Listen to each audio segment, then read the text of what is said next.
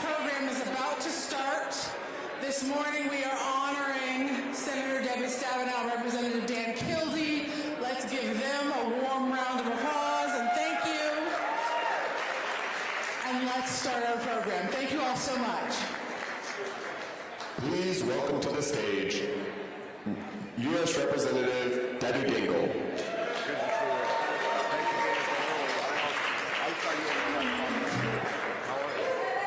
Good morning, Michigan Democrats. This is the biggest crowd I've seen at this hour because we are honoring Dan Kildee and Senator Stabenow. And to welcome our first speaker today, this tells you the respect that Dan Kildee is held with in the House and the loss it is going to be to all of his colleagues. That soon-to-be Speaker Hakeem Jeffries, our leader, and are we going to make sure we're going to let Curtis Hertel keep Alyssa's seat Democratic and make sure we take, I'm choking as I'm talking to you, Kristen McDonald-Ribbit and Dan Kildee's seat and win the 10th. Go Moinga! Hakeem Jeffries is an incredible leader of the Democratic caucus in the House.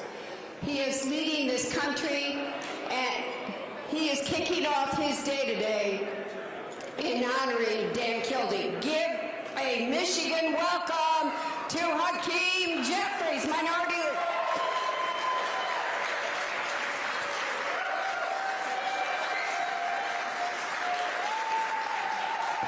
Good morning, Michigan. Isn't it good to be at the Democratic National Convention right now? Are you ready to make sure that we elect Kamala Harris, the 47th President of the United States of America? Are you ready to keep the Senate and elect Alyssa Slotkin? Are you ready to make sure that we win back control of the United States House of Representatives?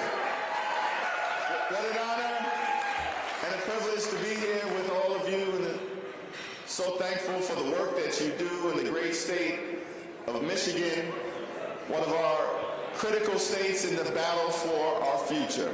I want to thank Debbie Dingell for her generous words of introduction, for her incredible leadership in the United States House of Representatives. You have an amazing delegation, of course, with Debbie and Hillary and Haley and all of the members who serve, Alyssa Slotkin, who's on her way to the United States Senate. We're going to miss a lot, Alyssa. Now, just so you know, when a member of the House runs for the United States Senate, we consider that a demotion, not a promotion. But nonetheless, she is succeeding a giant, and we're so thankful for Chairwoman Senator Stabenow for her incredible service to Michigan and to the United States Senate and to the United States of America. So transformative in so many areas, and we're thankful for her. Good to see Shri, another important member of the delegation. Thankful for your governor, your lieutenant governor, and all of your statewide elected officials. Let me simply say that I also, of course, wanted to acknowledge and celebrate someone who is really a treasure in the United States House of Representatives. Someone who's been a great member of Congress, someone who has been a friend, a colleague, an ally, someone who I came into Congress with, someone who has really become a good friend almost from the very beginning of my journey. And let me tell you, I use that phrase about Dan Kildee, my good friend, in the real sense of the word, not the congressional sense of the word. Because you know, from time to time, you'll see members of Congress on the House floor, and we often say, my good friend, the distinguished gentleman from the great state of California, or my good friend, distinguished gentle lady from the great state of Florida. I'm amongst some important people, so let me let y'all in on a secret. Most of the time, you hear members of Congress use the phrase, my good friend. We don't mean it, y'all. But when it comes to Dan Kildee, I absolutely mean it. He's a good friend, not just to me, to the House Democratic Caucus, to the communities he's privileged to represent in the great state of Michigan, to the Congress, to the country, to the Constitution. We're thankful for the incredible leadership of Dan Kildee, who has made a difference year after year throughout his career, in the Congress, before the Congress, on the ground, in Washington, for the people in Flint and Saginaw, and those who he's been privileged to serve. We're going to miss Dan Kildee, but he's made a difference with his intellect and his heart and his soul and his compassion and his desire to do what is necessary to improve the quality of life of the people that he has been privileged to serve. So I just wanted to drop by. Thank you for sending Dan Kildee to us. You know, I had the opportunity to campaign with Dan when his district was changed and he was put into a hyper-competitive district, but he approached it with the joy that we're also seeing now from the top of our ticket. Didn't lament the fact that after 10 years things changed on him, just dove right in, because Dan Kildee cares about the people, cares about the work. So I said, Dan, where are you taking me when I come into your district? He said, well, you've been to Flint before, so I'm going to take you to Saginaw. I said, okay. I said, that's great. I'm looking forward to going to Saginaw. It was on a Sunday. Went to a few churches. But I get to Saginaw. First thing I see is the home of Stevie Wonder. I'm like, wow, Stevie Wonder's from Saginaw? And then I pass something else, and it says Saginaw, where Serena Williams was born. And I'm like, whoa, Saginaw? And then I walk into a church. We did about 3 church services, and there was a very distinguished woman who was seated in the front row, and she saw me. She said, oh, Hakeem Jeffries is here. I was very surprised that she knew who I was. I said, Dan, who's that? They said, well, that's Mayor Ham, the mother of Darwin Ham, who's the coach of the Lakers. I said, wait, Darvin Ham's from Saginaw as well? And so I'm just impressed. I'm just impressed, not just with Saginaw, though I was very impressed that day, but with what the people of Michigan represent. True-blooded Americans who care about our country in the heartland, represent the American dream. And let me end by just simply saying I saw it when I was in the district, saw it when I was with Alyssa Slotkin and campaigned for her, and she's going to be a great member of the United States Senate. Saw it when I came in for Hillary and others with Debbie leading the great event, and Haley when we were in Detroit. Shri was there. That we believe, and this is what this room represents, that in America, our democracy, our country, our diversity is a strength. It is not a weakness. We truly are a nation of immigrants, a gorgeous mosaic of people from throughout the world. Thankful for Fain, of course, and the UAW. A gorgeous mosaic of people from throughout the world. We are white, we are black, we are Latino, we are Asian, we are Native American. We are Christian, we are Jewish, we are Muslim, we are Hindu, we are religious, we are secular, we are gay, we are straight, we are women, we are men, we are young, we are older, we are citizens, we are dreamers. Out of many, we are one. That's what makes America a great country, and no matter what kind of xenophobic behavior is taking place on the other side of the aisle, we're not going to let them take that away from us. Not now, not ever. One nation, under God, indivisible, with liberty and justice for all. Good morning, Democrats! I think it feels good to be a Democrat from Michigan. Look, we don't need our caffeine because we're working. We're rolling up our sleeves and we're in the Midwest doing the people's business. It's so nice to see all of you, and it is incredibly nice to stand here with our Michigan delegation as we salute two of our finest, Senator Debbie Stabenow and our colleague in the House, Congressman Dan Kildee.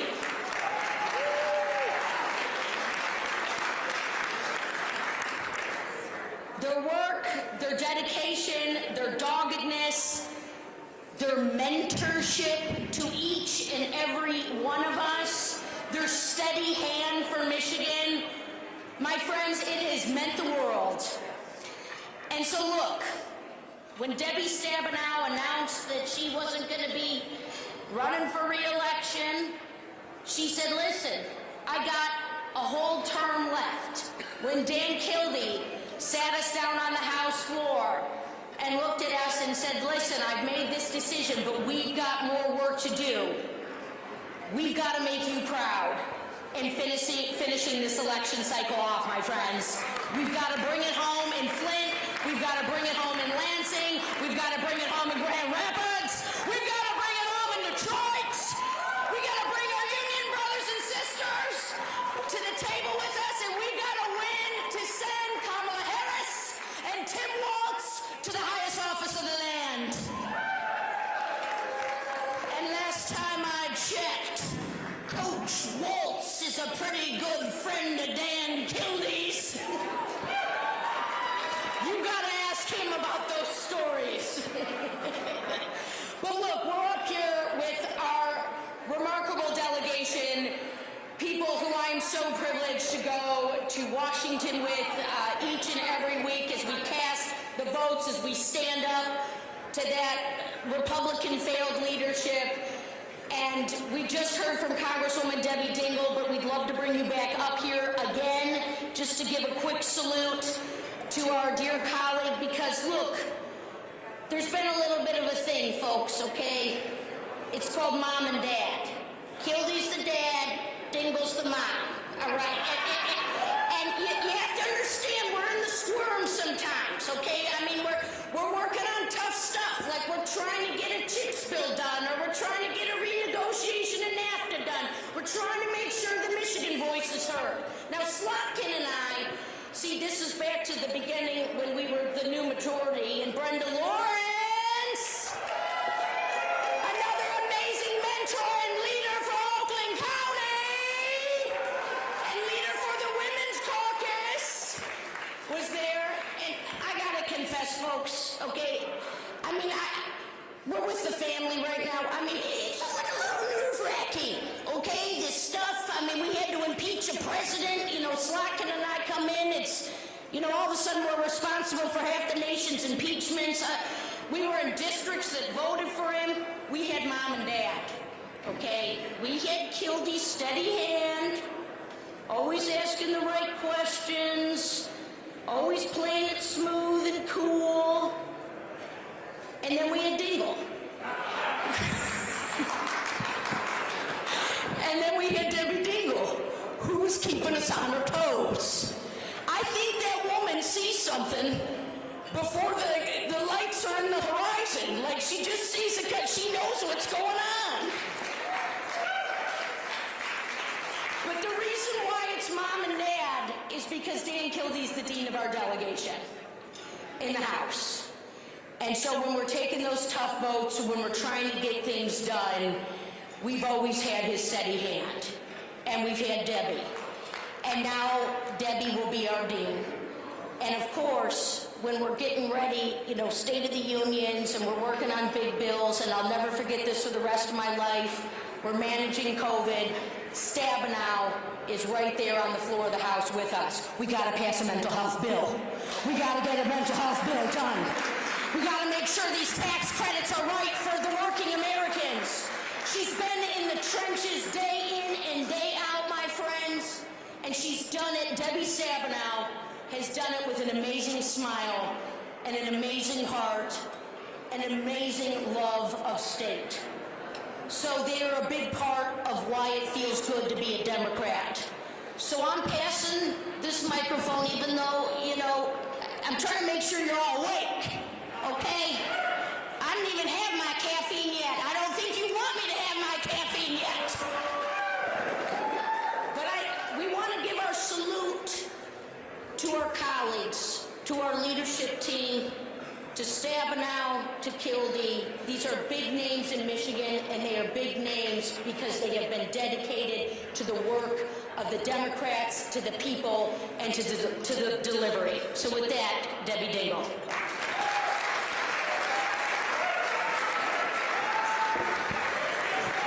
Morning, everybody, again.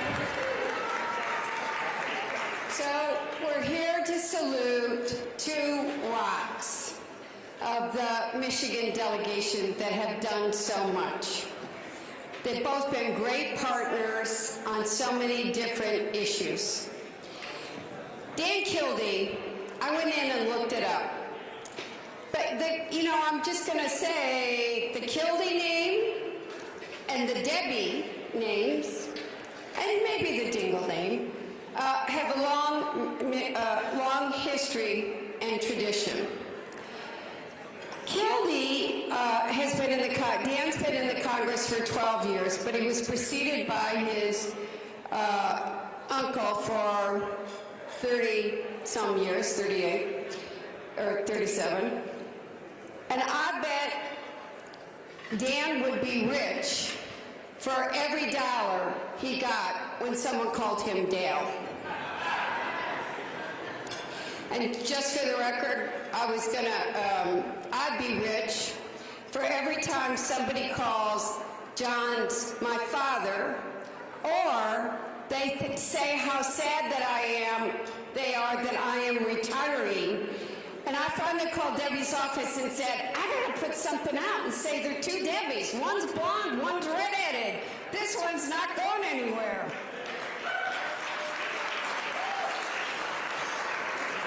Hey, people voted for me last week and were still telling me they were sorry I was retiring. But we really, we have a good delegation. And we have worked very hard to get things done in the Congress for Michigan, for the Midwest, the Great Lakes, and for this country. I actually more thought about this for Dan, but it's the truth for others can talk about Debbie's ag work, and you need to remember that the work that Debbie's done in agriculture is also, whether kids have food in their belly when they're going to school. Been one of the fiercest advocates for that. And now we've got seniors that are also worried. 75% of the seniors in Michigan don't know that they are eligible for food aid. All of this is available because of what Debbie did. Dan has gotten so much done. He led the country. Okay, you guys in the back. We are celebrating two great people, and if you want to talk, go outside.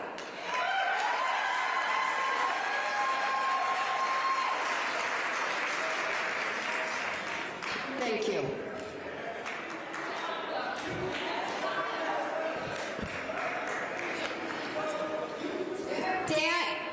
Dan was a leader on Flint water, showed the country about what it means that every American's got a right to clean water. Debbie and Dan have been partners on autos, PFAS, getting it out, protecting our Great Lakes, bringing manufacturing back home, creating those new jobs, bringing our supply chains back here. These have all been critical issues that they've gotten something done on. Oh, it's Arizona making the noise. I can't tell Arizona to be quiet. I'd like to. has been the dean of the Democrats, as Haley said, for some time. And he tries to keep us from screwing up. So if we did, blame him. If we didn't, we listened. What everyone knows about Dan is that he really deeply understands the issues that matter to everybody. And he has a very deep concern and care for everyone that drives his work. Debbie's been the same way. Debbie's gotten 5 farm bills through, set a record.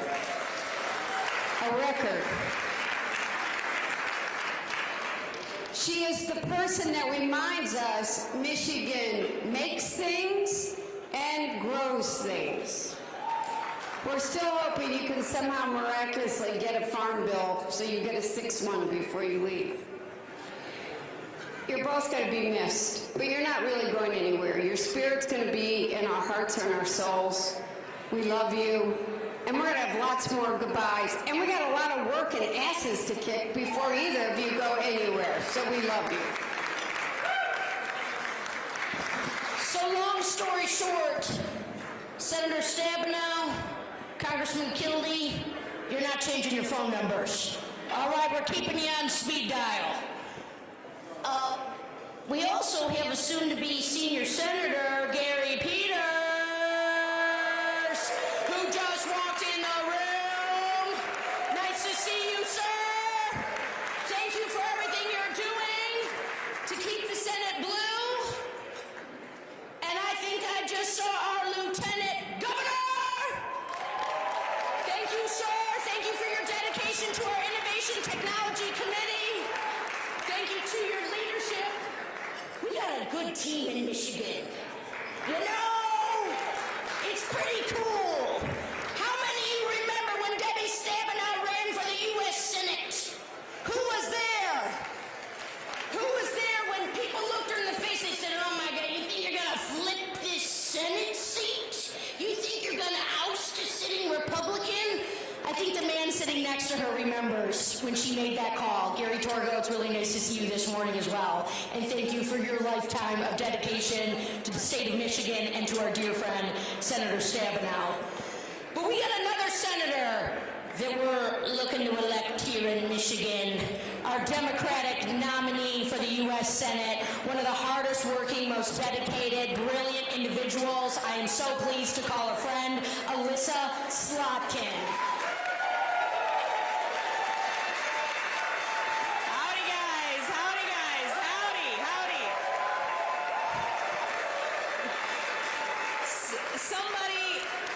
Can we all make an agreement here that Haley Stevens should get no coffee this morning, for Lord's sake? It is so great to be here in front of the Michigan delegation, in front of the entire Michigan team. Doesn't it feel good to feel good? It feels good to feel good, and this convention is just icing on the cake of all the things that have happened in our state in the past month, all the energy that has changed.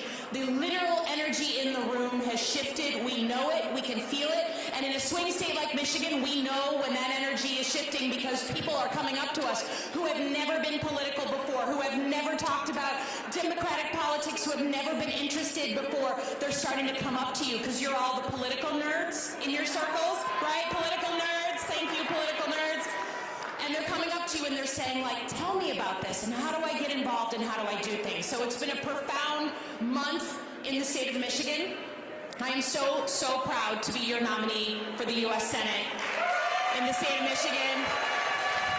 I'm so proud. Thank you, guys. I'm so proud. But what I want to do right now is talk about the people who helped me get to this place. And there are no two people who did more to mentor me and educate me than Dan Kildee and Debbie Stabenow. No two people. Dan Kildee, as you heard, was the dean of our delegation. So when Haley Stevens and I came in, when Shri and Hillary came in, when the majority of our delegation, Rashida, when everyone came in, Dan was the leader of our delegation. So every single day, from where the heck do I find out where the bathroom is to how do I understand how to navigate this process, Dan Kildee was our touchstone. And you know, not every delegation has a serious, thoughtful, decent person as the head of delegation. Dan Kildee is that guy. When you're sitting in an office meeting or when you're sitting on the shop floor and someone is doing something crazy, you look across at that person, you lock eyes, you're like, are we seeing this right now? That is Dan Kildee on the House floor. He is the person I look for, like, is Marjorie Taylor Greene doing what right now? Is Lauren Boebert doing what right now? Are the two of them doing what right now? So Dan Kildee is the person that I look to. There is no one more decent. There is no one more dedicated to his community. There is no one more funny. I do think it's perfect. I've never heard the mom and dad analogy, but my God, the dad jokes from this guy are so on brand. And it couldn't be a more perfect time to celebrate him because the Midwest is on display and no one is more Midwestern than Dan Kildee. No one is more Michigan than Dan Kildee. And we know, right, because right now we have a Midwesterner as in Tim Walz. We have a Midwesterner in J.D. Vance, right? We see that the Midwest is being recognized. They represent, we all know guys like Tim Walz, right? Don't we? And we all know guys like J.D. Vance. We all know both, right? Tim Walz, the coach, the teacher, the guy who makes you keep jumper cables in the back of your car, right? J.D. Vance, the guy who's splitting us apart, who's angry, who doesn't have hope and positivity to share with other people. Dan Kildee is cut from the first vision, right? The guy who will teach your kid how to drive on the highway, the guy who will mow your lawn if you break your leg, that's Dan Kildee. And there's no one who set the tone for the House delegation more than Dan, and we're going to desperately miss him in the House. Now, it is quite literal to say that I wouldn't be here without Debbie Stabenow. Right?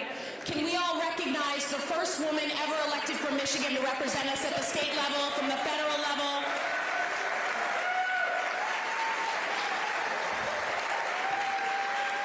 She's amazing. And I've gotten to learn from her all these years, but especially in the past couple of years. We just finished a Thelma and Louise driving tour around Michigan. We put some GoPro cameras in the car. I drove her around. It's not going to end like Thelma and Louise. We all know that that's a bad ending, but two gals driving around the state and her telling me stories of what it was like to run for the first time, right? Where the slogan for her opponent in her first race was basically, I'm not going to be beat by some broad. That was the slogan for her opponent. So the things she put up with, we are standing here as women in Michigan because she stepped forward first.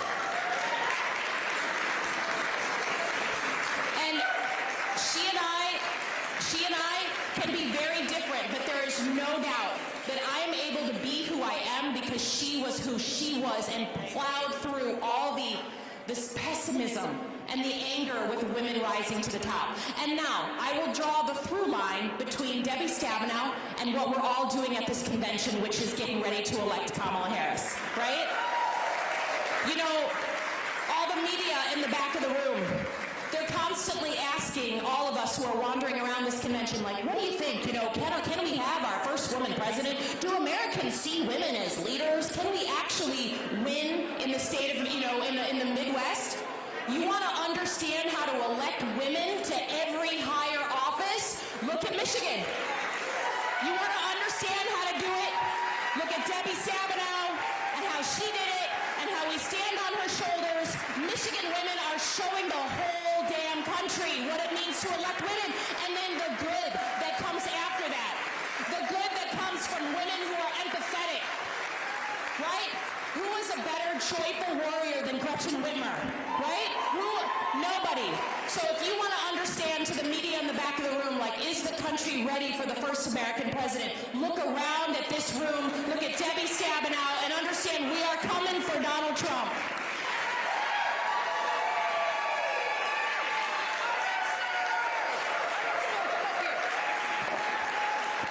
Nicely done. Nicely done, I'll tell you. I'll never forget doing my own race, campaigning. I went to Commerce, Wonderland Bowling Alley. The Bob Seger tribute band was playing. I thought, okay, this might be a place to talk to voters, trying to flip a seat. I'm in there. I start gabbing with some ladies, and they said, we used to go bowling with Debbie Stabenow when she was first running for U.S. Senate. I thought, okay, I guess I'm doing something right. And by the way, it's so nice to see Detroit in the House this morning. Mayor Mike Duggan, Warren Evans, thank you so much. Some of our Oakland County leadership, Dave Coulter, Jim Blanchard.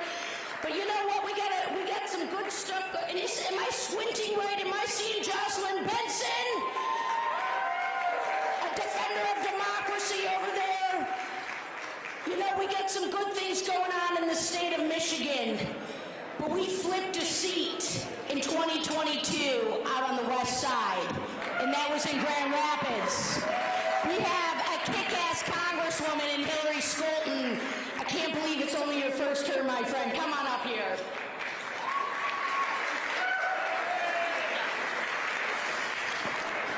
Hello, Michigan Democrats.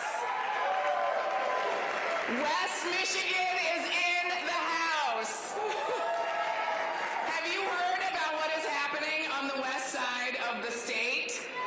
We are starting a movement that will not stop. We are ready to go. We flipped this seat in 2022, and we're going to hold it in 2024 and keep going.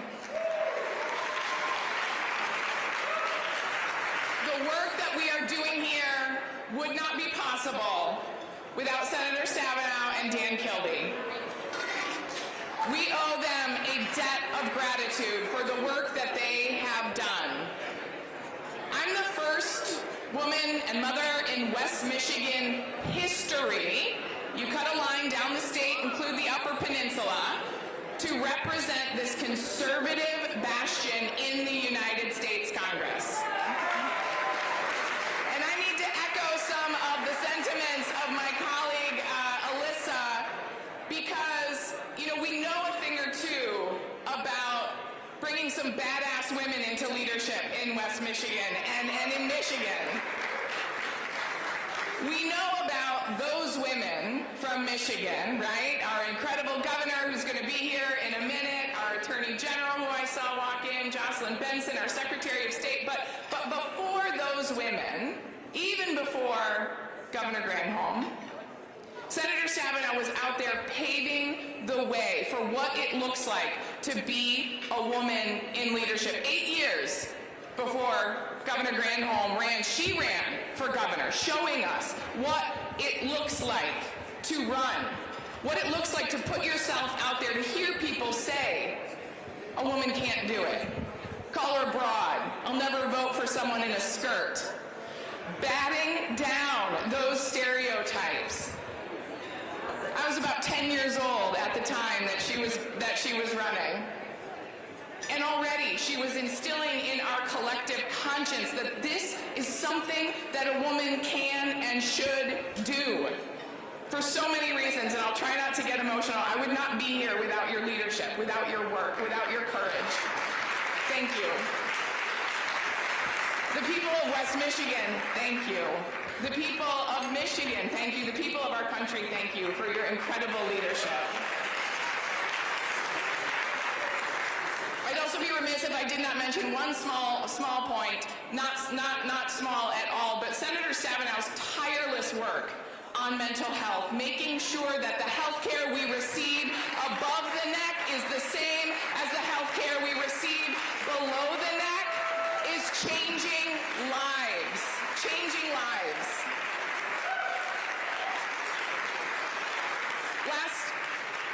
About 2 months ago, we opened a first-of-its-kind crisis stabilization center in Grand Rapids that had been Senator Stabenow's baby, that she had been championing for years, and we were able to cut the ribbon. They started seeing new patients. I caught up with a doctor right before I left here, and she got tears in her eyes when she talked about all of the lives that they have been able to save, all the people that they've been able to help. It is truly transformative. Thank you for your leadership on that issue. When I first raised my hand to run for Congress, it was hard to get people to take me seriously. A Democrat in West Michigan? I'll never forget my first trip to Washington to go and talk to people in the delegation, and I sat down with our dean. And he was coming in sort of bustling from a meeting, and he sat down, and I was was so impressed. I was like, oh my goodness, okay, I'm meeting with Dan Kildee. I got to have my A game. And he was it was a candidate week, so he had met with a lot of other candidates, and he was kind of half listening, but still giving me his full attention. And then he sort of turned and started listening to what I was saying. And he said, oh, so we're going to win-win. And then I got the full Dan Kildee, the full Nelson. Dan went to bat for me with the Democratic leadership in the House, helped get this seat on red to blue, was with me side by side until we finally won this seat, and now helping to make sure that we can hold it for good. We owe you both a debt of gratitude. Thank you so much for your service to this state and this country. Thank you.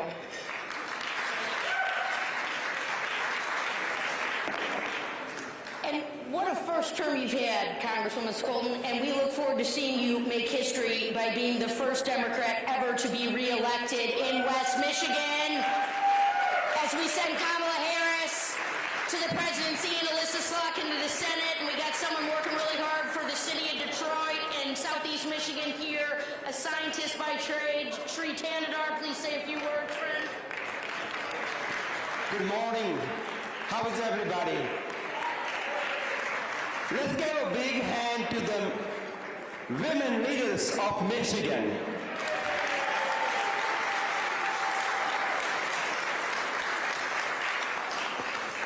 I am so proud to represent Michigan's 13th congressional district with the incredible city of Detroit in the U.S. Congress. And every day I get to work with this great team, the Michigan delegation. When I first got to Congress, having served in the appropriations in the State House, that's the committee I asked to be on. And they said, no, no, no, up here, freshmen don't get on appropriations. And I got my committee assignments, and I was really, honestly, pretty disappointed. And I was walking by the hallways, and I ran into Dan Kildee. And he pulled me into his office. And after half an hour of our conversation, I walked out of Dan's office feeling how lucky I am to have those committee assignments.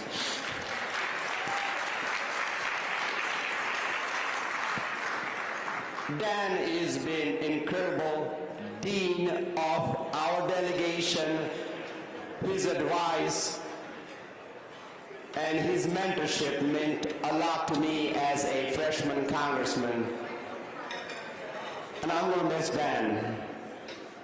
And I'm going to miss Debbie Stabenow, our senior senator, and her great work in the agriculture area and her great work in mental health. Thank you for all you did, both of you. Thank you.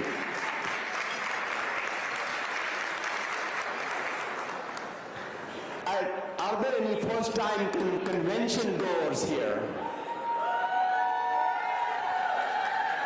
Me too. I always watch this convention gravel to gravel on television.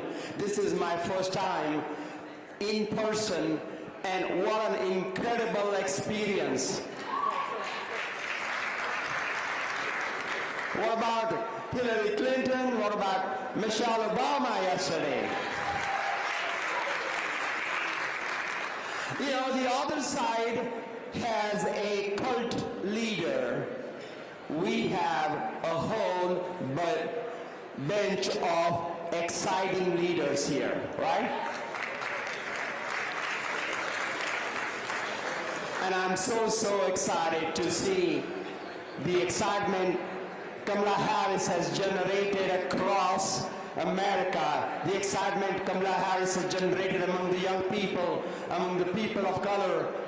And we have to work hard to send Kamala Harris and Tim Walz to the highest office in the United States. And we got to work equally hard to send my colleague, my friend, Alyssa Slotkin to the U.S. Senate.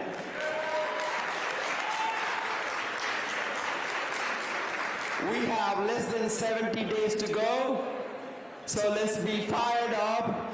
Let's go on, knock on those doors, make those phone calls, work harder than we have ever worked before to get Kamala Harris to be our next president. Thank you all. Thank you, Shri Thanedar. Man, I'm so glad you all decided to come to breakfast this morning. It is such a delight to see Chair LaVore Barnes sitting next to former Governor Granholm. Jennifer Granholm's in the house. It's also nice to see Dana Nessel, part of the real big three team, Whitmer, Nessel, and Benson, the defenders of our democracy here. Thank you all. And I know we need to get off the stage, but just remember, you were here saluting Debbie Stabenow and Dan Kildee. Thank you, my friends. Thank you, Coach Kildee. Thank you, Senator Stabenow. We love you.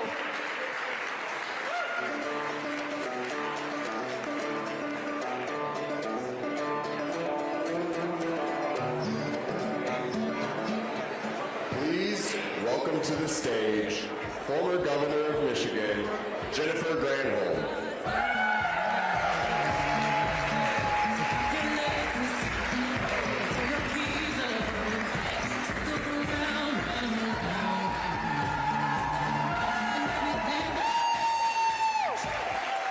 Oh my God, you guys.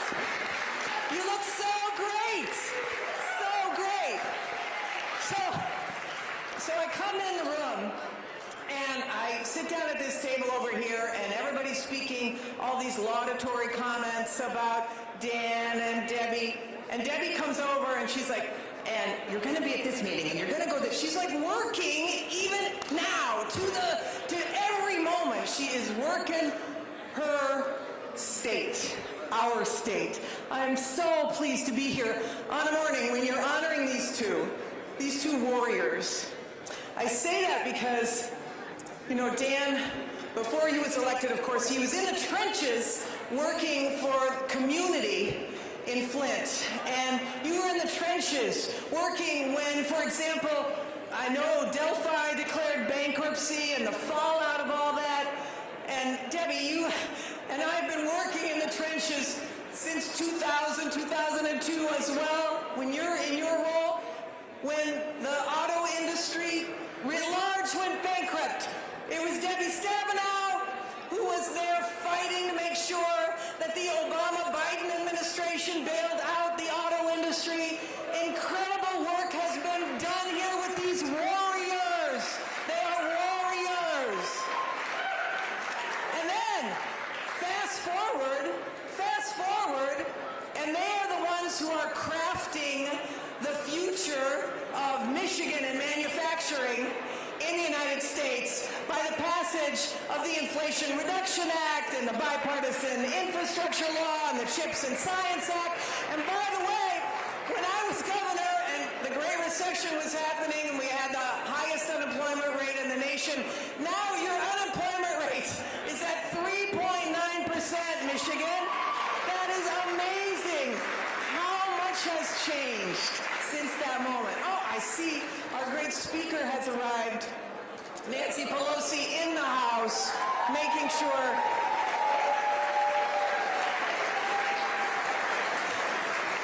I just think Michigan, you guys, we are in this moment where we are fighting for the future of the country. You heard this incredible series of speeches last night. Michelle Obama, Barack Obama, of course, Doug Emhoff, who did such a great job. But for Michigan, I think we've got to be really clear about the differences between us and the other guys, because all the public polls are saying, oh, you know, they're better on the economy. They are not better on the economy. We are better on the economy. This president, because of the policies that your leaders here have focused on and have supported, this president, this administration, the Biden-Harris administration, has created more jobs than any president in the history of America in one term. That's crazy. The longest period of unemployment at or below 4% in 50 years. More people working today than at any point in American history. The lowest unemployment rate for African Americans, lowest unemployment rate for Latinos in American history. We are the ones who are bringing this economy back, and Michigan is at the tip of the spear. So much of that thanks to our warriors that we are honoring this morning. Without their real experience on the ground and understanding what communities feel when they lose factories, these guys are the ones who were the architects of the battle plan, these warriors. So I know that we are joined by our incredible speaker, and I want to, Madam Speaker, I'm going to quote her, and I'm hoping I'm not going to steal a quote that she's going to use. All right, so here's the deal. Here's the deal. We have, as of today, 76 days to make this work. Many of you did not get sleep last night, or a very little amount. But here's our motto: 76 days, no sleep, no sleep, no sleep, no sleep. We are going to do this. We are not done yet. And to our warriors who we are honoring today, they gave it their all. A full career of service, a full lifetime of service to the public and to Michigan. And I know I am so honored to be in the trenches with you. I am so honored to have been your partner and to continue to be your partner. And y'all, you are not done yet. No sleep, no sleep, no sleep. Please welcome to the stage, Governor of Michigan, Gretchen Whitmer.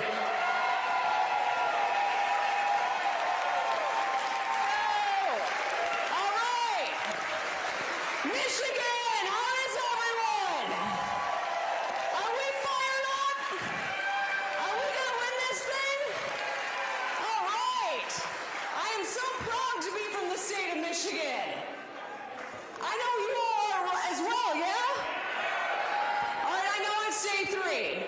I know we're going on fumes and a little sugar and some caffeine too. I know these are long, fun days we're having, and boy, does it feel good to feel optimistic again. Am I right? It was so great to see the Obamas and Doug Emhoff and so many of our fellow Michiganders highlighted so far in this convention. You know why they're paying attention to Michigan? Because we're the most important state in the country. Because we know every week is Shark Week, right? So they've got all of us crisscrossing and popping into one another's caucuses in the morning. And the message I'm sending to everyone is, we'll ride this enthusiasm, we'll feed off of it. But every day for the 75 days that commenced on Friday, we are going to do the work. We are going to roll up our sleeves and make the phone calls and make the contributions and pull people into this moment, get them registered, get them flushed out for Election Day. We hold the key to winning this race in the state of Michigan, right? And we are going to show the world how to do it, because that's who we are and what we do. But right now, I want to acknowledge 2 incredible leaders who we are honoring this morning. Obviously, Debbie Stabenow and Dan Kildee, who we all know and love and respect and appreciate. They have served our state for years in a variety of capacities. Through their time in office, they have defined and been the epitome of what public service is, what it means, how we show up for one another, how we work tirelessly and deliver for one another. They have mentored and supported countless public servants, myself included. And I want to take a moment to talk about each of them. I will make it quick, but Debbie Stabenow is a legend. Am I right?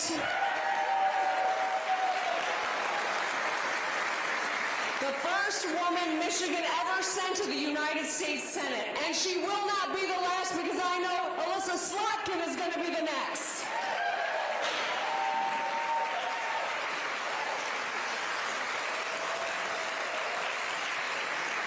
She is the Queen of Agriculture as the Senate Agriculture, Nutrition, and Forestry Committee Chair. She has delivered for Michigan and knows better than anyone.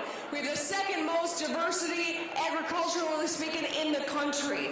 She led on the Great Lakes, on manufacturing and workers' rights. She used her experience as a social worker to fight for affordable care and parity between physical and mental health services.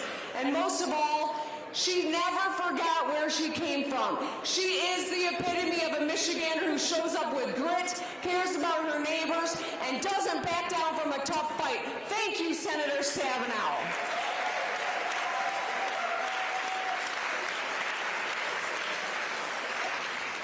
And that leads me to Congressman Dan Kildee, who has been a fighter for Genesee County and the state of Michigan. A proud Flintstone.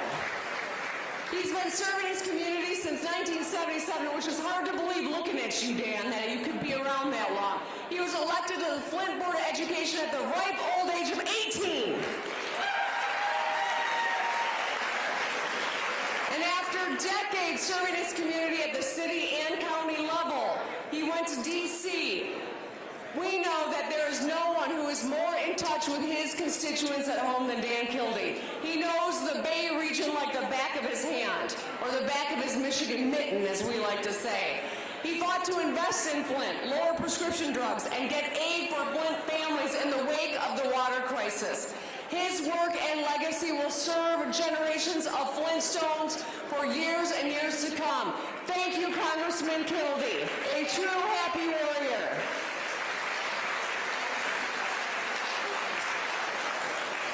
Both of these public servants have made us proud in Michigan, have served with integrity and delivered. Both of these are true public servants. They've always been out to serve the people, not themselves like Donald Trump, but really service to others and to get something done. To leave our communities, our state, and nation in better than they found it. So I know you Michiganders are getting rowdy. I know we got lots of great speakers. Just join me in one more round of applause for Debbie Stabenow and Dan Kildee.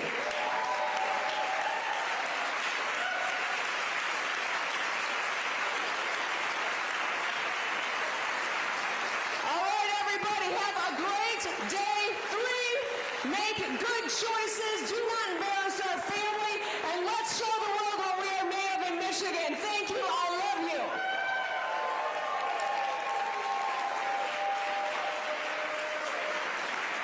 Please welcome to the stage Speaker Emerita Nancy Pelosi.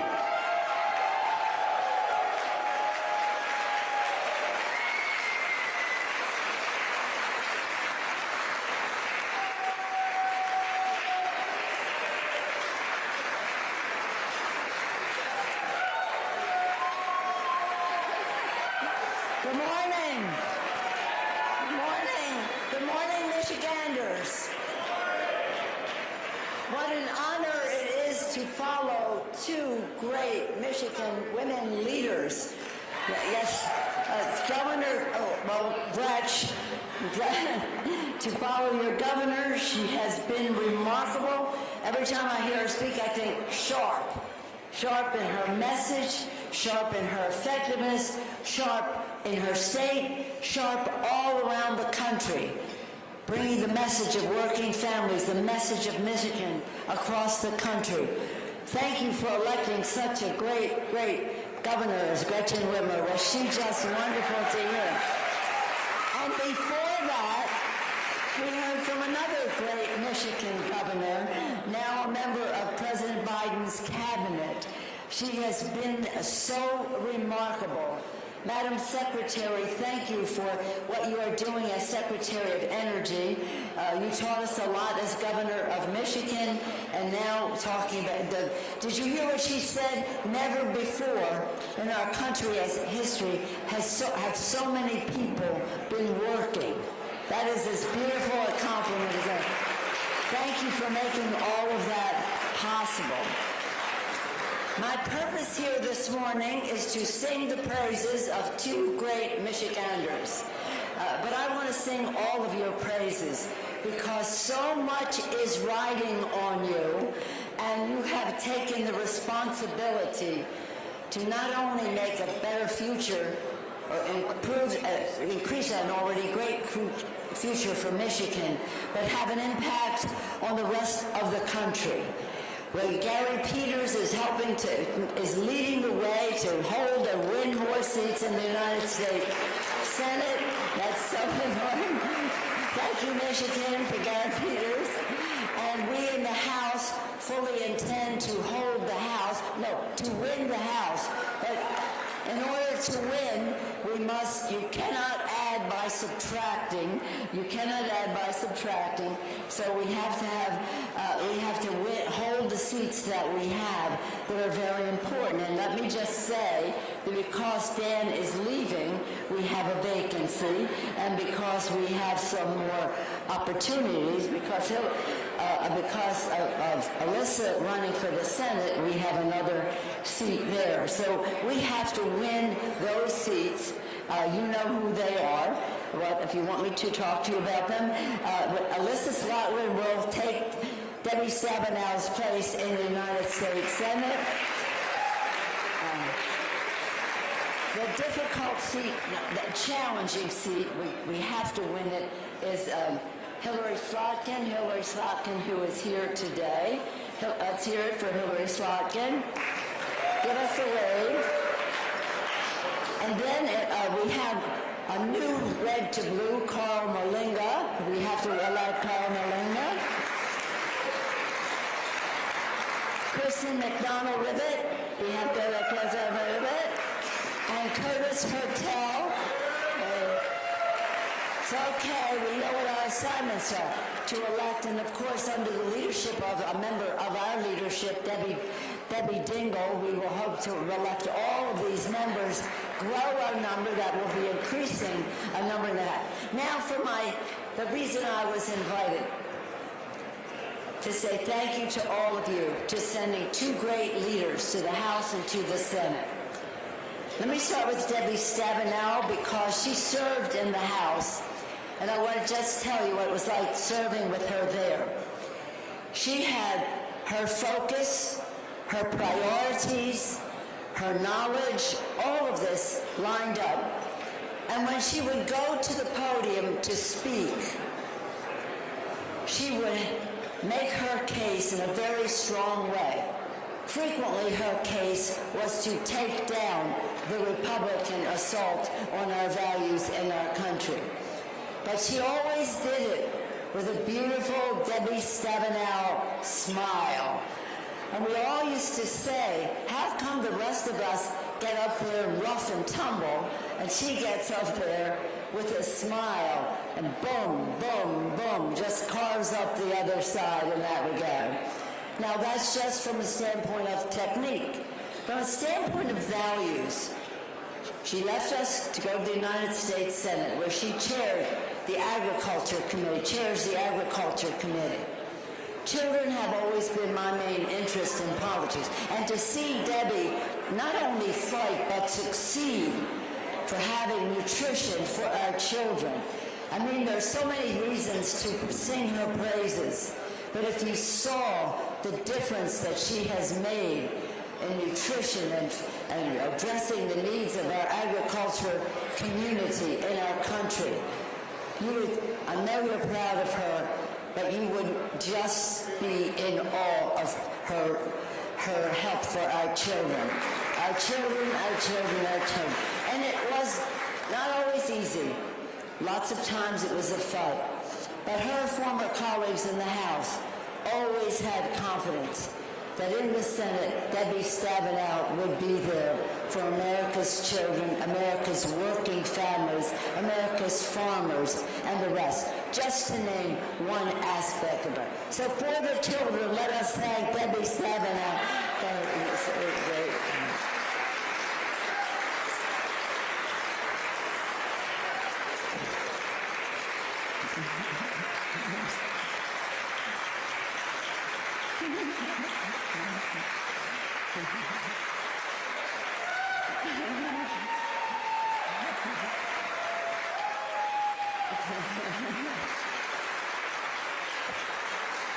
That's just one example, but she rules on that. And now Dan Kildee. Dan Kildee, as you know, comes from a proud tradition, Michigan tradition, in the House of Representatives. His uncle, Dale Kildee, was just a remarkable, remarkable person. I see a lot of our friends in labor know what Dale did on the Education and Labor Committee and elsewhere. But when Dan came, following in a great tradition, he immediately made his own mark in the House of Representatives and established such a record of greatness. One thing I want to tell you about, I could talk all day about both of them. One thing I want to tell you about him is what he did about the water challenge in Flint. As soon as, when the world learned, well, Dan knew early and showed us early what was happening in Flint, Michigan. Many of us were taken to Flint by Dan, his home, to see what was happening to the families of Flint, Michigan, because of what was happening to the water there. Dan didn't just take us and tell us. He made us listen to the people, to tell their stories, the people of Flint, Michigan. It was heartbreaking to hear. It has been heartbreaking to hear. But they knew that not only did Dan Kildee speak for them, they enabled Dan Kildee to speak for themselves. And he spoke for them in the Congress of the United States, relentlessly, persistently, dissatisfiedly, in every way.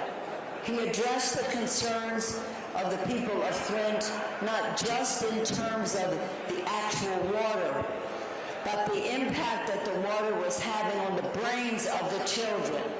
So we heard from the doctors, we heard from the nutritionists, we heard from all of the people who are driving home to us the injustice of the water scandal in Flint, Michigan. So what did he do about it? We were not in the majority at that moment, yet back again, and he went to the Speaker and said to the Speaker of the House at the time, I must have some remedy in our legislation. They were never sort of inclined to give us what we wanted on our side of the aisle. But the moral case that Dan Kildee made, the moral case that he made, the vision of something better for the people of Flint, the knowledge of the impact that it was having on people, the personal stories that he could tell, the hearings that he had, proved irresistible to the then Republican Speaker of the House. And in the legislation, Dan got what he was looking for in that legislation. This was quite a remarkable. I have rarely seen that skill, the mastery, the success. Now, along comes Joe Biden as President of the United States. All right? We have an infrastructure bill, and in that infrastructure bill, tens of billions, of $20 billion to clean up the water in our country. Not just in Flint, but learning from Flint for the children and the rest of the country. This was remarkable. I've never gotten $20 billion in a bill, even as Speaker of the House. So this was, again, remarkable. So with Dan, it's not just what he has done, it's what he does next to take it to a higher level, As a member of the Ways and Means Committee, he has made his mark for working families in Michigan and in the country, for union working families in the country. For union working families. His motto with the rest of us is, when we have a problem, we don't agonize, we organize, we unionize. So thank you for sending these two giants of the Congress from Michigan to the Congress. And now they will go on their way, but their legacy lives on in the Congress. So thank you, Michigan. Now let me just say in conclusion, did I say that already? No pressure. The future of the nation is riding on you. Michigan must be in the Democratic column for president. We must elect a Democratic senator from Michigan to replace Debbie. I don't know if anybody replaces Debbie Stabenow, but she is so very remarkable. Alyssa Slotkin must be elected, and she's ahead in the polls. And please send us those Democratic House members to hold and to grow our Democratic majority in the House so that we can go forward for the people, for the children. Thank you, Michigan. Let me just close by saying again how remarkable your governor is. I say I've seen her all over the country. She represents you with power, with dignity, with enthusiasm, with energy. It's just a remarkable thing to behold. She takes Michigan to the rest of the country. So thank you all very much for the honor of saying a few words to you this morning, to thank you for your leadership, what you have done, what you are doing, what you will do for us to win in November and elect Kamala Harris and Tim Walz, President and Vice President of the United States. Thank you all so much.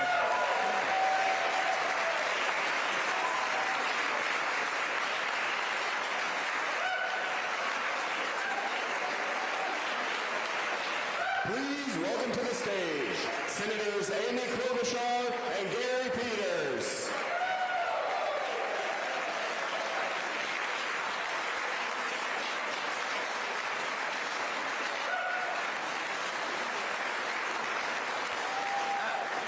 Hello, Michigan!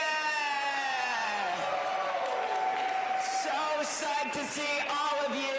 I decided instead of the MAGA movement, we're going to start the MAMA movement. That is Make America, Michigan, and Minnesota again.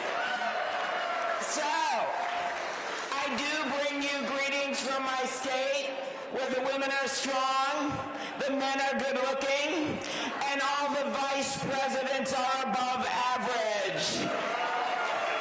We are the home of Humphrey Mondale and now Tim Walz.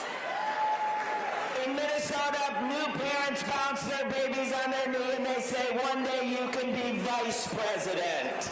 So I am here for actually one reason. Of course, we're all psyched up about this convention. We're so honored to have been here with the incredible Nancy Pelosi, your governor, your incredible congressional delegation.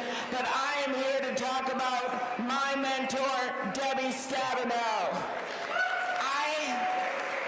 When you get to the Senate, okay, I'm the first woman elected. I don't know anyone. When I ran for office, no one would pronounce my name. I actually had to call everyone I ever knew in my life just to raise enough money. That was when I set an all-time record. I raised $17,000 from ex-boyfriends. That's a true story. So when I get to the Senate, I don't really have any mentors. Debbie was my mentor. I served with her on the Agriculture Committee. I saw how she was able to weave together nutrition, conservation, farm interests to get things done over and over and over. There is no one more persistent than your Senator Debbie, okay? No one. She'll just keep pushing and pushing, everyone's smiling that knows her. They know exactly what she does. Gary knows what she does. After a while, people go, okay, I'll do it, I'll do it. That's how she gets her work done, because she cares so much about your state. My favorite Debbie story was during the debate on the Affordable Care Act. There was a finance committee. It was almost all men. Debbie was on one side, a Republican senator was on the other side, and they were discussing whether maternity benefits should be in the mandatory benefits. And a Republican from Arizona looked across at her and said to the whole room, well, I don't know why they'd be included as mandatory. I never use them. Without missing a beat, your Senator Debbie says, I bet your mother would. Actual true story. And guess what? 10 minutes later, those benefits got in the damn package, okay? That is what she does. It is not just that she's there, it's what she does. She then had a decision to make this time, right? Was she going to run again? That's a decision everyone deals with every single election. She made a decision that in a critical presidential year, where we now know we're going to have turnout like you have never seen before in the state of Michigan, that it was the moment. And what does she do? She passes the torch to Alyssa Slotkin. And we cannot wait to have Alyssa with us. That's what true leaders do, right? They don't just take their own power. We saw this with Joe Biden's recent decision, which was heart-wrenching. But true leaders, as Debbie did, she planned ahead, she thought about what should happen next, and she made that decision.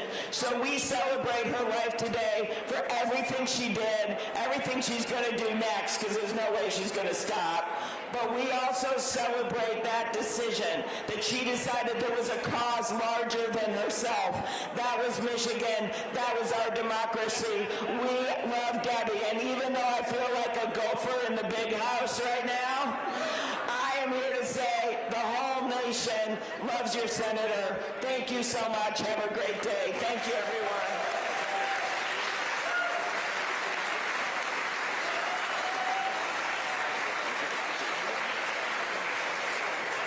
Thank you, Amy. Isn't Amy great? Amy Klobuchar. Hey. Well, hello, Democrats. Good morning. Are you fired up? Are we ready to win this election? Are we going to send Kamala Harris to the White House? I am so excited. I just think it is a great day to be a Democrat in Chicago. I am fired up, and I am so excited to celebrate two amazing public servants for the state of Michigan, Debbie Stabenow and Dan Kildee. When I talk about them, you know, what really stands out for me, and there's so much on both of them, but one thing I really want to highlight for Debbie right now is her ability to put together campaigns. We are going into the campaign season now. Michigan, let's face it, everybody, Michigan is the center of the political universe. You cannot be president if you do not win Michigan. And I will also say, as chair of the Democratic Senate Campaign Committee, we will not be in the majority in the Senate unless we elect Alyssa Slotkin to the United States Senate. She has to win. And it's all on us. An essential part of that is our one campaign, where we work not just at the top of the ticket, but all up and down the ticket. And many of you wonder, like, where did that one campaign come from? Where did that coordination come from? Well, I'll tell you where it came from. Debbie Stabenow is the one that started that. She started our one campaign. It came out of the 2016 election. That wasn't so great, if you recall. Came really close, but Michigan was a key part of that. And what did people do after that? Oh, we were all depressed. We were all sad about what happened in 16. And you know what Debbie did? She got out of her seat and she said, we've got to go to work because we're never going to let that happen again. Michigan is a blue state and we're going to keep it a blue state. And she's there all the time. Debbie is going to be leaving soon, unfortunately, but you never know that. that she's working her tail off to make sure that everybody wins up and down the ticket. You know, Amy talked about how tenacious she is. I will tell you, I've seen that as well. I can tell you my colleagues, well, any Senate colleague that comes up here will tell you, Debbie Stabenow, when she gets you on the phone to get something done, you're not getting off that phone until you actually agree. She is an amazing, tenacious fighter for the causes that she believes in. One cause in particular, we've heard about many with mental health and others. But the one thing that I know Debbie is absolutely passionate about, and we all are our Great Lakes. The Great Lakes are in our DNA as Michiganders. There's nothing more important. And Debbie Stabenow fights for the Great Lakes every single day. There's a thing called the Great Lakes Initiative, which is about providing resources to clean up our Great Lakes to make sure we can enjoy them today and future generations can also enjoy them. Millions and millions of dollars in projects all across the state of Michigan. I was just at a great project up in Traverse City on the Boardman River, but I could go down all of the list of all these great projects. And guess where that started? We're going to have a theme here. Where did that start? Debbie Stabenow, that's where it started. Debbie Stabenow, the champion for the Great Lakes. We're working on a project right now to keep the Asian carp out of the Great Lakes, which would be devastating. We had to get a lot of folks together, including the state of Illinois, because there's some locks down there, a dam we have to have. I just say this, Illinois was a little slower to the table, but guess who really kicked that one into gear? Debbie Stabenow did that as well. So when we don't have Asian carp in our lakes devastating it, thank Debbie Stabenow for that. And Dan Kildee, somebody who I've admired and worked with for years and years and years. And Dan is a true man of Flint. We've all heard, I'll tell you, he's passionate about it. We've heard his great work on the Flint water issue. Nancy Pelosi headed it. I don't need to repeat all of that. I can if you like, Dan. But it was amazing work that he did for that. He did awaken. He literally awakened the entire Congress and got folks who did not want to see what was happening in Flint. They saw it because of Dan Kildee. But Dan didn't just stop with that and making sure we're dealing with lead pipes all across the country. He's now a champion on another substance, PFAS. This forever chemical that is in our bodies, all of our bodies right now. Michigan has the most sites of any state in the union.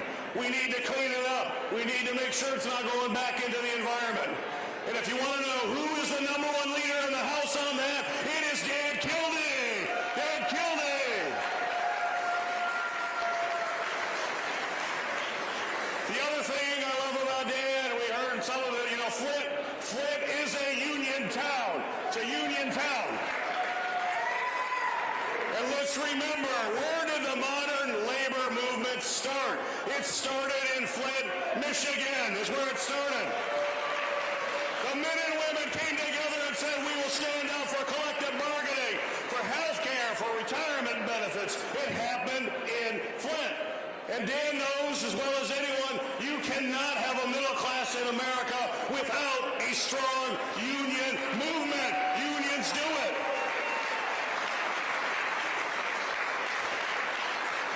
And that is in Dan's blood. So I just want to say, close this by thanking them. The great news is they're not going anywhere. They may not be in the House, they may not be in the Senate. I know Debbie is going to be all over Michigan for years to come. Dan's going, I know, to the Community Foundation in Flint. He'll continue to be a champion for Flint. And the other thing that they are doing is that they're working tirelessly to make sure that we win this election. So I just want to end. We only have a few 70-plus days to get this done. Everybody is watching Michigan. You cannot leave anything on the table. We all have to get up and work. So I want to just we got to do a vision project right here. This is a vision project. Put in your mind, think about Election Day. Remember what happened in 16, how you felt. We don't want to remember that anymore. We want to erase that memory. And the way to erase that memory is going to happen in just 70 plus days. So now envision yourself sitting on your couch watching TV. The results are coming up around the country. Everybody's watching Michigan. Everybody wants to know what's happening in the Senate race, what's happening in the presidential race. And just vision right now how you will feel after you've worked so hard, so hard. When the screen pops up and everybody sees Michigan, and Michigan is a blue state because of the work we did. We're sending Kamala Harris to the White House. We're sending Alyssa Slotkin to the Senate. We're winning up and down. And we have a majority in the U.S. House because of the work you did. Let's go on to victory! Please welcome to the stage your Lieutenant Governor, Gilchrist.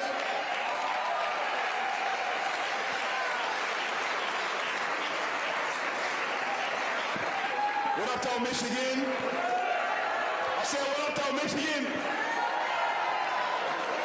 And all these people want to come here and understand what the difference is between the way that we work and the way that we win in Michigan and what they're trying to figure out in the rest of the country.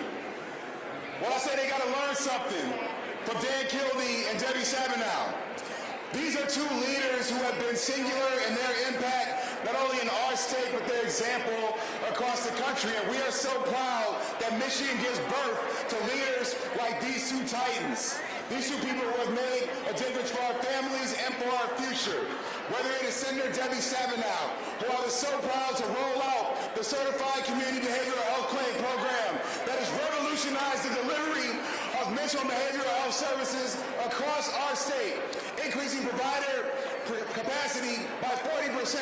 What that means is, in every community in Michigan where people need more access to mental health, they can thank Debbie Stabenow for making it happen. When we look at Congressman Dan Kildee, a person who has not only stood up for the values of working people and working families, but who called out the biggest public health crisis in a generation in America and was the moral conscience of the congressional response to it. We thank him for his leadership as well. This Michigan delegation, we have one job: to give everyone the confidence to know that when we win Michigan, we win America.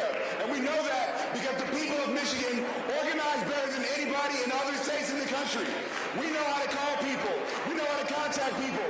We know how to send text messages, knock on doors, organize people, have hard conversations so that when we fight, we win. We win for democracy, win for America, win for our families, win for our values. And that's what we're going to deliver here for Kamala Harris and Tim Walz. Thank you, Michigan. Let's go get it done.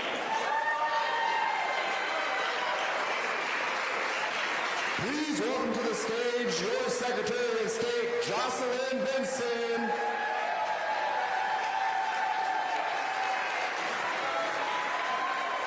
Hello, Michigan Democrats. How are we feeling? I have one word to describe this week, and it's not democracy, although it is kind of. Joy. Like, are we not feeling joy this week? So I have two things to say about two incredible leaders. Number one, Debbie Stabenow changed the game in Michigan and led us to where we are today. You know why? When she was first elected as the first female senator from the state of Michigan, what she did was create a sea change for women leaders in the state. Did you know this? Ever since Debbie Stabenow was elected, the only Democrats who have won statewide, except for Gary Peters and Carl Levin, have been women. Jennifer Granholm, Gretchen Whitmer, Dana Nessel, soon Alyssa Slotkin.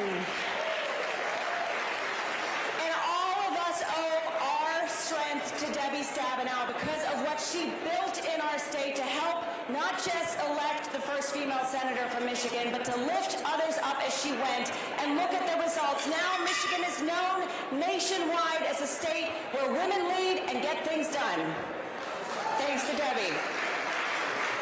And I want to say one thing about Dan, because, you know, we always remember, as I was saying to Dana Nessel earlier today, we always remember the people who stood with us when no one else did. When I first met a lot of you back in 2009, Dan Kildee came to me and said, I want to help you become Secretary of State of Michigan. Back in 2009, and I don't know, Gordy, Boyle,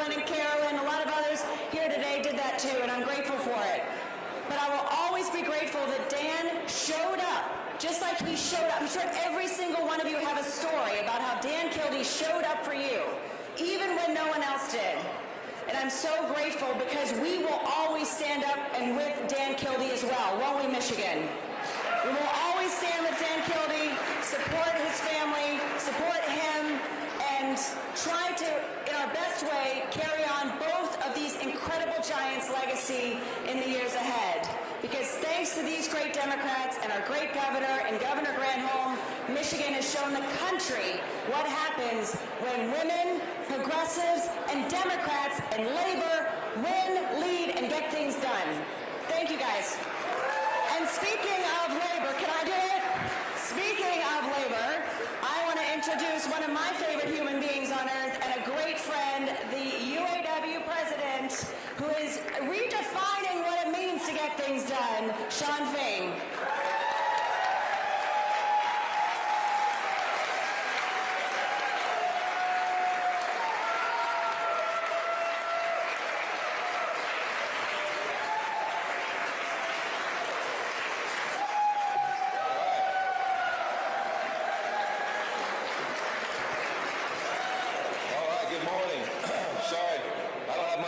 Left, but first off, I do want to start by thanking Senator Stabenow and Representative Kildee, for the amazing work they do. They've been there for our Michigan working class people and for working class people in America for a lifetime, and that's what this election is about. It's about a lifetime. It's about people who spend a lifetime serving people, serving other people, and you got other people that want to serve themselves. That's what this all comes down to. And we all know in Michigan and the rest of the Rust Belt, we're all going to be pivotal in this election. And it's the working class in those states that are going to make the difference. There was a time, when every union member and every working class person knew they were a Democrat because the Democrats stood for workers. They stood for our issues. And, there's been a time frame where our party somewhat lost its way and, started courting big business and, trying to please everybody. But it's been amazing to watch and help our party find our way back to the moral clarity of standing with the working class. That's what this is about. And that's why every time we talk, we say this election's about one thing. It's a which side are you on moment. And the choice couldn't be any clearer in this fight. There's the billionaire class on one side that serves themselves, and there's the working class on the other side. And those representatives that serve the working class and look out for the people, those are the people that are going to get elected. We have to show the difference. That's what we talk about every time we speak. And that's why the UAW has launched our biggest political campaign in decades. We cannot afford to go backwards. Because if you listen last night, former President Obama, one of my favorite quotes of his speech last night, we've seen this movie before, and the sequel is always worse.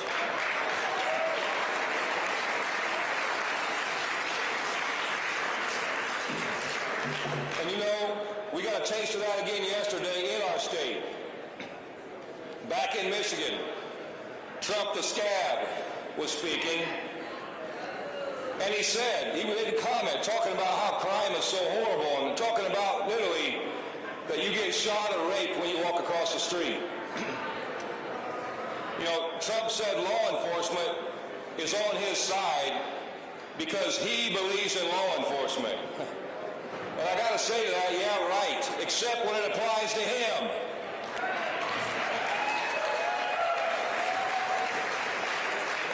But don't worry, he's going to be okay because he took care of that with his Supreme Court where he had a law passed where the law doesn't apply to him anymore. And that's what this fight's about. There's a standard for the wealthy and there's a different standard for everybody else in this country, and that's Trump's America. The Republican Party, they seize on what we call FUD. We call it fear, uncertainty, and division. That's what they sow. Trump villainizes immigrants. He villainizes desperate, destitute people trying to find a better life. They dehumanize people. That's the game plan of the wealthy, is to divide and conquer the working class. And they'll divide us over race, they'll divide us over who we love, and when that don't work, they'll divide us over some poor, destitute person at the border trying to find a better life. And you know, I find a sad, twisted irony with the other side. You know, they hold up their Bibles and they want to wrap themselves in a flag. And they want to talk about right to life. Well, you know, the right to life issue to me is completely despicable. First off, no man should even have an opinion on a woman's right to choose.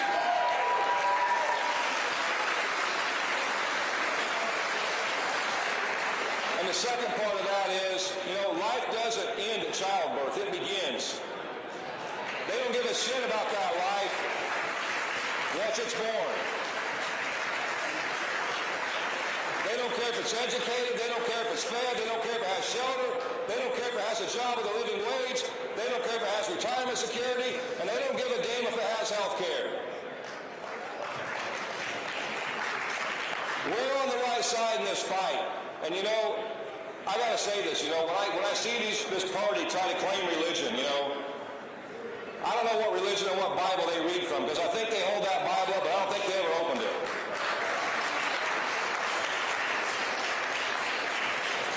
Because I don't know what religion they are, but I know any religion I know of is founded in one principle, and that's love of your fellow human being.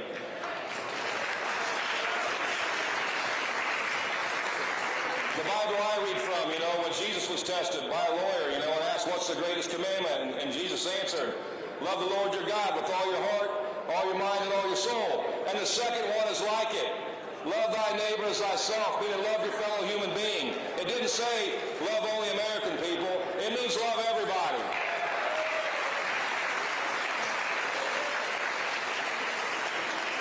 So we are on the right side in this fight.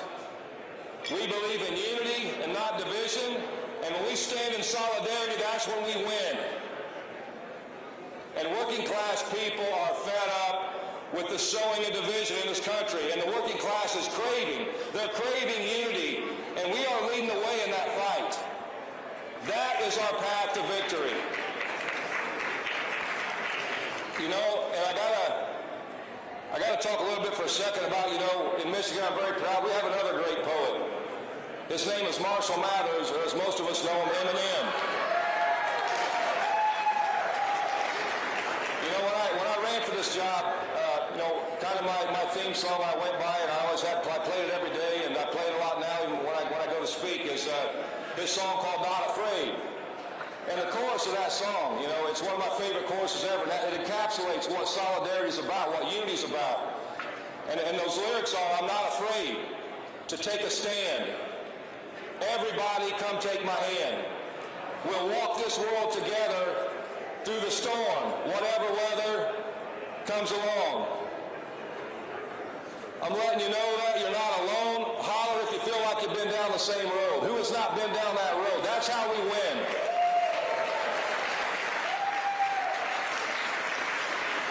By standing together, united, and that's our solidarity. And I don't want to get preachy on you, but I'm going to anyway. You know, my favorite Bible verse, and I believe it's the Bible verse of the UAW and what we stand for. But it's Ecclesiastes 4:9 through 12, where it states, two are better than one, for they have a greater return for their labor. If one of them falls down, the other can help them up. But pity the person who falls and has no one there to help them up. Though one may be overpowered, two can defend themselves. A cord of three strands is not easily broken. That is what solidarity is.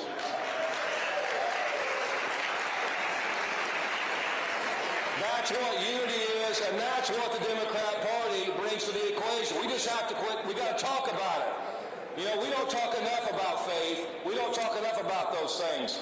And we got to claim it, because we've let a political party claim religion, and they don't believe a damn thing in their platform. There's nothing in their platform that stands for anything to do with what religion is founded upon.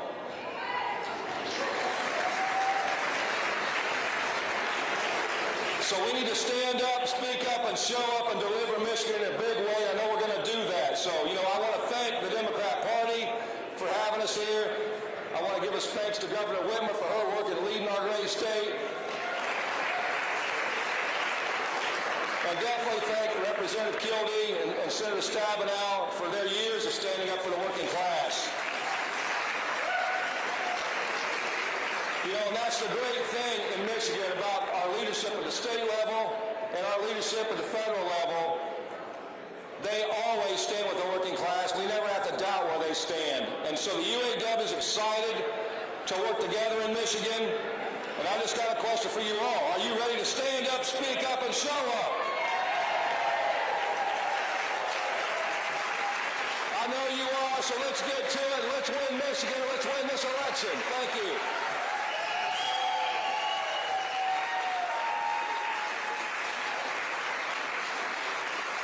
Please welcome to the stage, Mayor of Detroit, Mike Duggan.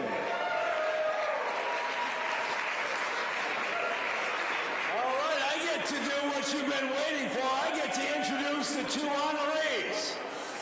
Dan Kildee may represent Flint, but what he has meant to Detroit has been enormous. When I started, the land bank owned 45,000 vacant houses. Today it owns 3,000.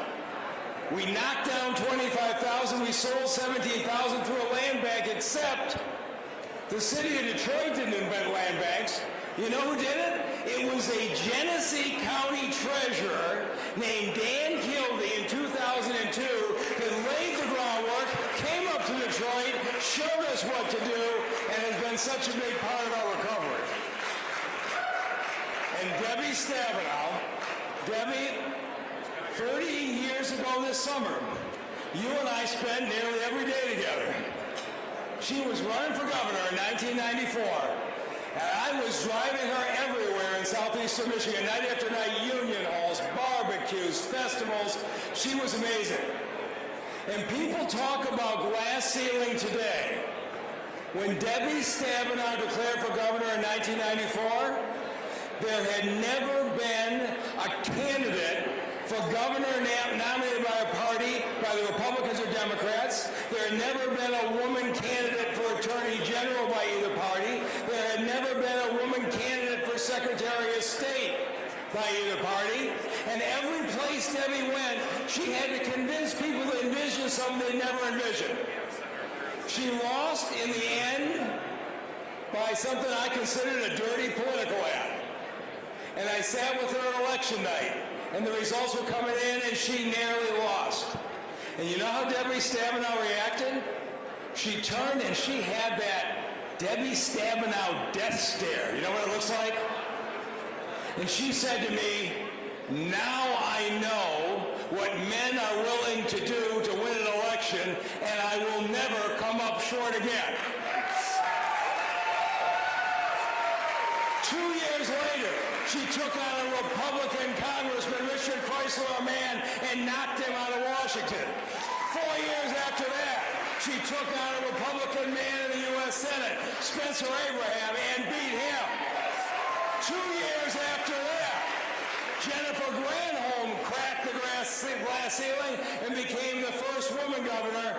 And all I can think is I see my friends Debbie Stabenow and Jennifer Granholm here today, and I think, Debbie, could you have imagined that summer 30 years ago, we'd be here with a woman governor, a woman attorney general, a woman secretary of state, and about to elect the first woman president of the United States?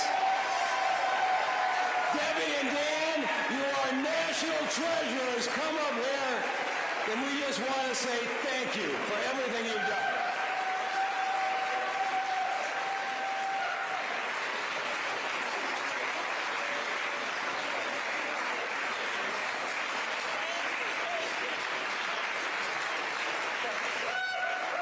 Michigan, Democrats rock! Democrats rock!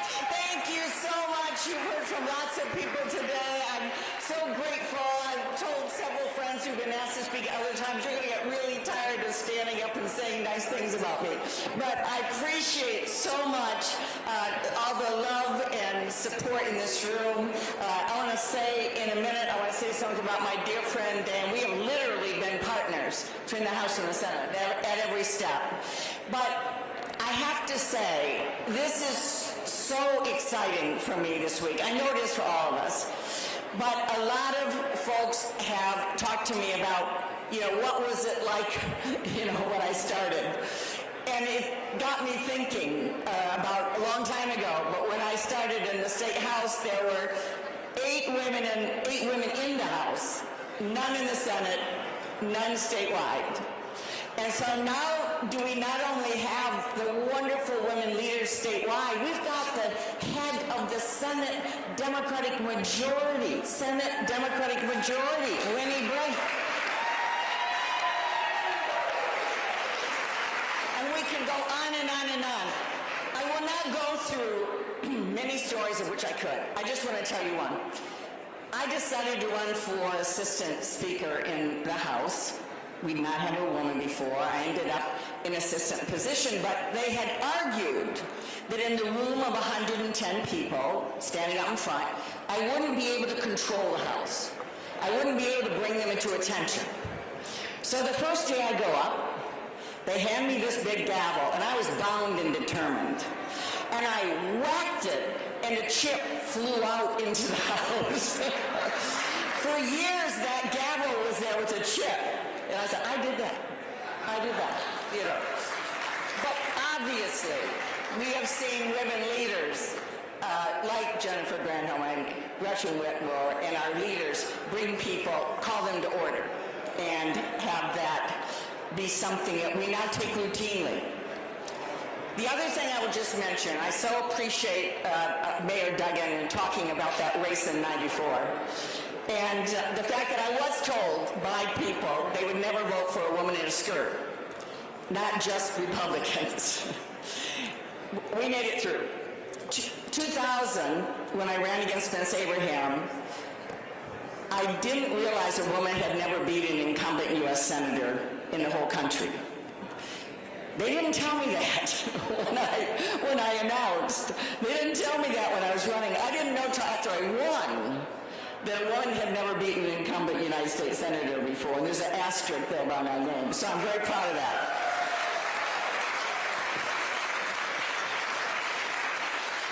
Let me finally say this, because I don't want to be just talking all about myself here. This is about now, and it's about the future for all of us.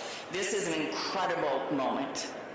I have to say, seeing Hillary Clinton up on that stage, and she was wonderful, her courage in stepping forward to put a woman's face on running for president, a woman's face on being in a national debate. Don't underestimate how critical it is. We have to see women's faces in power to make power happen. And I believe now Kamala Harris will be able to move right through that glass thing all the way and be an incredible president. There's no question about it. Tim Walz, I love having a Midwesterner on the ticket. He knows where the Great Lakes are. And you could drop him into Michigan, and he could be a Michigander. I mean, it's wonderful to see that commonality. It's also important, though, as we know, and folks, Gary talks about the One campaign. After 2016 and the loss we had, I thought I was either going to jump off the highest building or do something about it. And we have done that in Michigan. Year-round efforts now that have put us in a spot as one of the best, I would argue the best, Democratic Party in the country because of what we are doing. But we cannot take anything for granted, because if we put Kamala Harris and Tim Walz in the White House, they have to have a Democratic Senate. They have to have a Democratic House. All the things folks talked about, all the things that Jennifer Granholm talked about, the things we've gotten done, they happened because we had a Democratic trifecta the first 2 years. That's why they happened. That's why they happened. We have changed 25% of the country's federal judiciary, and it's a majority women and a majority people of color, because we had a Democratic trifecta and we controlled the Senate. If we can do that again for another 4 years under a Democratic administration, we will have changed 50% of the federal judges. And how important are federal judges today? So, it's about Alyssa Slotkin replacing me. She's got to do that. We know that. It's about not only maintaining the House, Curtis Hertel in her position, and Kristen McDonough-Rivet in Dan's position, but picking up Macomb County. I want Carl Maliga to win that seat. And then we've got to go all the way down to the other trifecta. The Republicans want to make sure we lose the State House. We've got to make sure that we hold on to every House seat, because we've gotten so much done. You know, we've been able to protect pensions and prevailing wage and gun safety and health care and education because Democrats were in charge. And we have to maintain the House, State House, to make that happen. When folks say to me, does it make a difference if Democrats are in the majority? I say yes. I say hell yes, it makes a difference. So, that's our mission, Michigan. That is our mission. Let me turn to my friend, longtime friend and colleague, Dan Kildee. So many ways in which we have worked together. I have to say on Flint, we were in arm in arm, House and the Senate on Flint. This guy from Flint. And my heart just sunk when I saw what was happening to the children, to the families, to the community in Flint. And we worked, the House and the Senate, together to do everything possible to be able to help the people of Flint. Now, we also had a wonderful president named Barack Obama. Yes. And when I talked to them about expanding Medicaid to every young person up to age 18, every pregnant mom in Flint, it took them 30 seconds to say yes. So we were able to do a whole range of food assistance and so on. But the hard work was getting the money for the pipes, the registry, the long-term things, and Dan was relentless, absolutely relentless on this. And it took us being relentless in the House and the Senate because they were in the majority, and honestly, they didn't care. So we had to leverage it. Dan had to leverage everything in the House. In the Senate, we got to the end of the year, we had a package fully paid for, there was no reason not to do it. We get close to Christmas, and I went up to Mitch McConnell. And I'd never done this before, so he took me seriously. I said, Mitch, look at my face. We are not going home at the end of the year if you do not help the people of Flint. We cannot go home. And we got it done, the two of us. But Dan, in his housing efforts, as Mike talked about, his vision, and from the land bank being the leader, leading on Flint. But now we look to the future. Things like solar. House, Senate. We worked on tax credits that weren't just about innovation, but they're called production tax credits, and you don't get it unless it's made in America. And that's what we did. That's what we got done. Dan has been the leader. Dan has been the leader on those things that incentivize people to make things in America. He's in the leadership in the House. He's respected by everyone.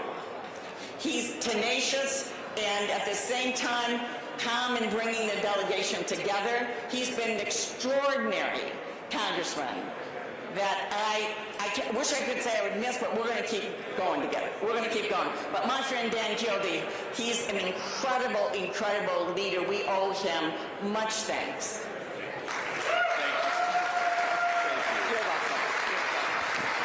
Thank you so much, Debbie.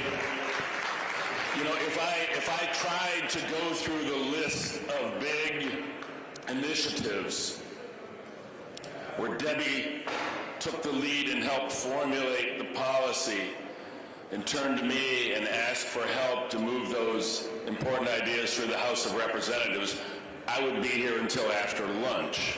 We're not going to do that. But it really starts with the most important one of those moments, not just working on manufacturing or working even now, as late as last week, on making sure that those important bills are implemented properly that helps our workers. But it really started with Flint. I'm a Flint kid. So, anybody from Flint? Anybody? I'm a Flint kid.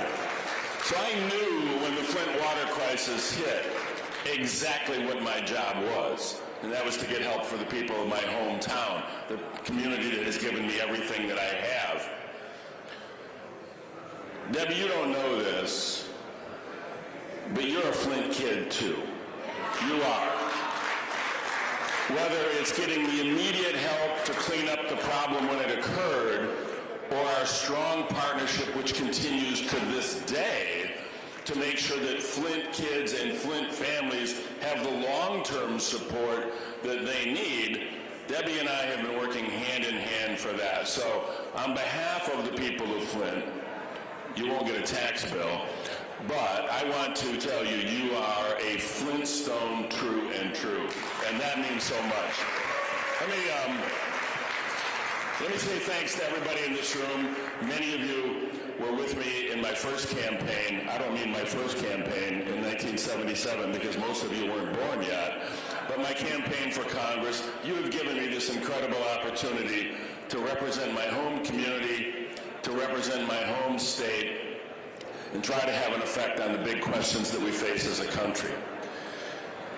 So thank you for that. I want to thank my family who has allowed me the space to do this work. And I know many of you know we've been through a lot lately. So I'm really anxious to be able to be a full-time Flintstone, a full-time Michigander, a full-time grandfather, and be home. But I will say this, I've never changed jobs in my life, and I'm not about to do that now. I'm going to get a new business card, and I'm going to get a new toolbox, but it's the same work. And I think that relates to all of us. We're all here with different roles, different titles. We're all here to do the same work. And that is to have a country and a government that recognize the value of every person and allows an environment that every person can be the best version of themselves. How do we do that? We do that by appealing to the goodness in all of us, to the best in all of us, to the hopes in all of us, to the dreams in all of us, to the aspirations in all of us.